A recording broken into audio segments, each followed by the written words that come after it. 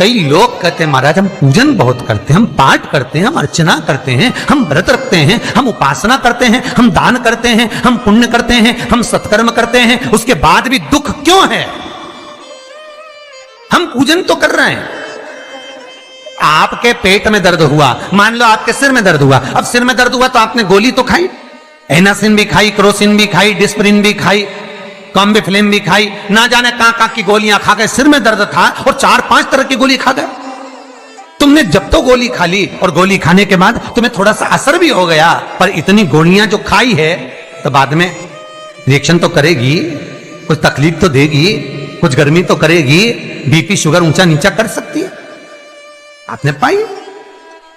उसी तरह मंत्र, माला, पाठ, जप, अनुष्ठान फल कब देते हैं और फल कब नहीं देते, ये शिव महापुराण की उमा संहिता कह रही है। शिव महापुराण का उमा खंड, पार्वती खंड को अच्छे से पढ़िए तो उसमें बताया है, उसमें वर्णन किया है।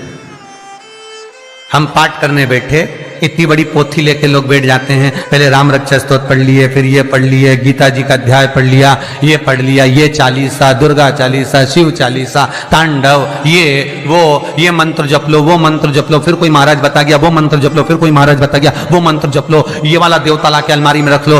इतनी बड़ी पूजन की अलमारी, बस इतनी बड़ी, ज्यादा से ज्यादा होगी तो इतना बड़ा पूजन का घर, कमरा, उसमें इतना सारा देवता।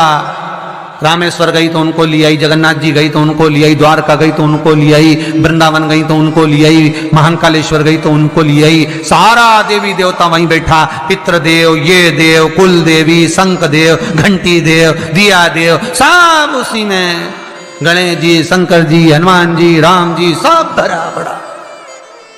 और पूजन करने सुबह से आई, सुबह से इतनी सी शक्कर लाई कटोरी में, इतनी सी शक्कर कटोरी में, भगवान को नहला धुला के कटोरी धर दी।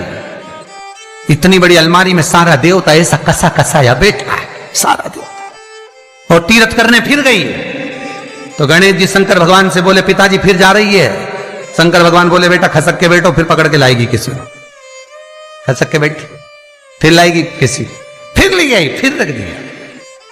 पूजन करने आई, कलश रख दिया, मंदिर में ढुल गया, भगवान पूरा गीला हो गया।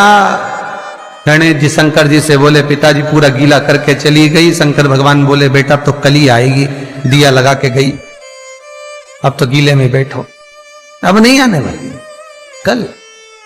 बहुत ध्यान देना साहब, इस कथा को आपके ऊपर लेकर समझाया जा रहा है, क्योंकि शिव महापुराण की कथा कहती है कि आप जो मंत्र जप रहे हो, आप जो माला जप रहे हो, आप जो साधना कर रहे हो, आप जो पाठ कर रहे हो, वो आप पर असर कर रहा है कि नहीं कर रहा है, वो आपको समझना है। राम रक्षा स्तोत्र का पाठ करो तो पहले हनुमान चालीसा पढ़ो, फिर राम रक्षा स्तोत्र करो। शिव चालीसा, दुर्गा चालीसा, गणेश चालीसा, हनुमान चालीसा, गायत्री चालीसा, इन 4-5 चालीसा को एक साथ कभी नहीं पढ़ना।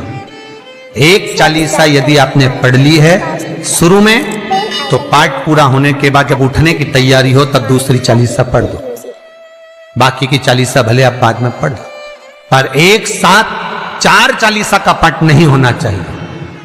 महाराज पाठ करने बैठे हो, किसी एक मंत्र की माला जप रहे हो, ओम नमः भगवते वासुदेवाय जपा, या शंकर जी का मंत्र जपा, या गुरु का मंत्र जपा, या ये मंत्र जपा, या वो मंत्र जपा, उस मंत्र को जपने में बीच में कुछ गैप होना चाहिए। एक साथ रट्टा मार पे ओम नमः भगवते, ओम नमः भगवते, श्रीमन्नारायण श्रीमन्नारायण, ओम नमः शिवाय, ओम नमः शिवाय, फिर ये जप लो, वो जप लो, पूरा पाठ सपाट सब खलास, वो श्रेष्ठ नहीं। कुछ देरी की कोई वस्तु, कोई भोजन आप बनाकर लेकर गए हो, कोई पकवान आप बनाकर लेकर गए हो, कोई फल लेकर गए हो, यदि शिवलिंग पर वो पकवान, वो मिठाई, वो फल टच हो गया तो वो खाने के योग्य नहीं रहता, वो घर पर लेकर मत आना, मंदिर में ही छोड़कर।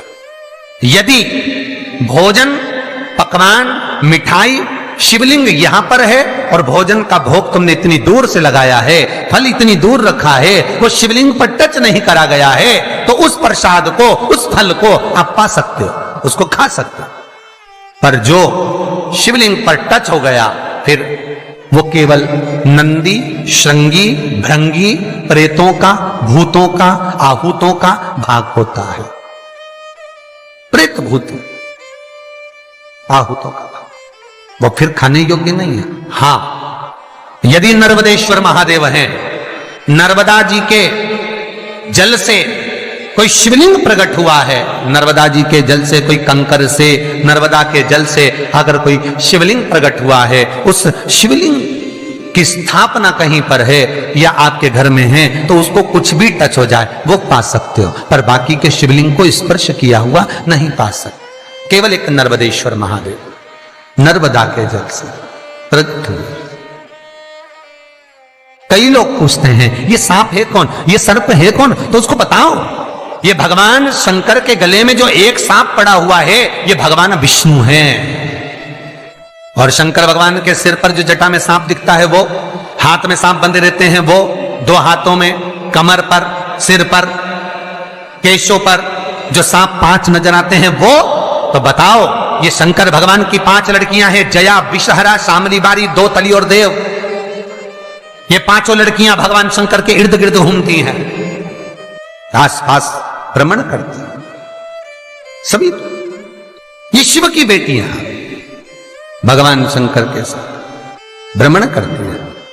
5 जया, विषहरा, शामली बारी, 2 तली और देव, ये जो 5 पुत्रियां थी शंकर भगवान की, ये वासुकी को दी गई थी महाराज, क्योंकि ये सर्प की योनि में थी, इसलिए ये वासुकी नाग को प्रदान करी गई थी। वासुकी नाग कौन सा?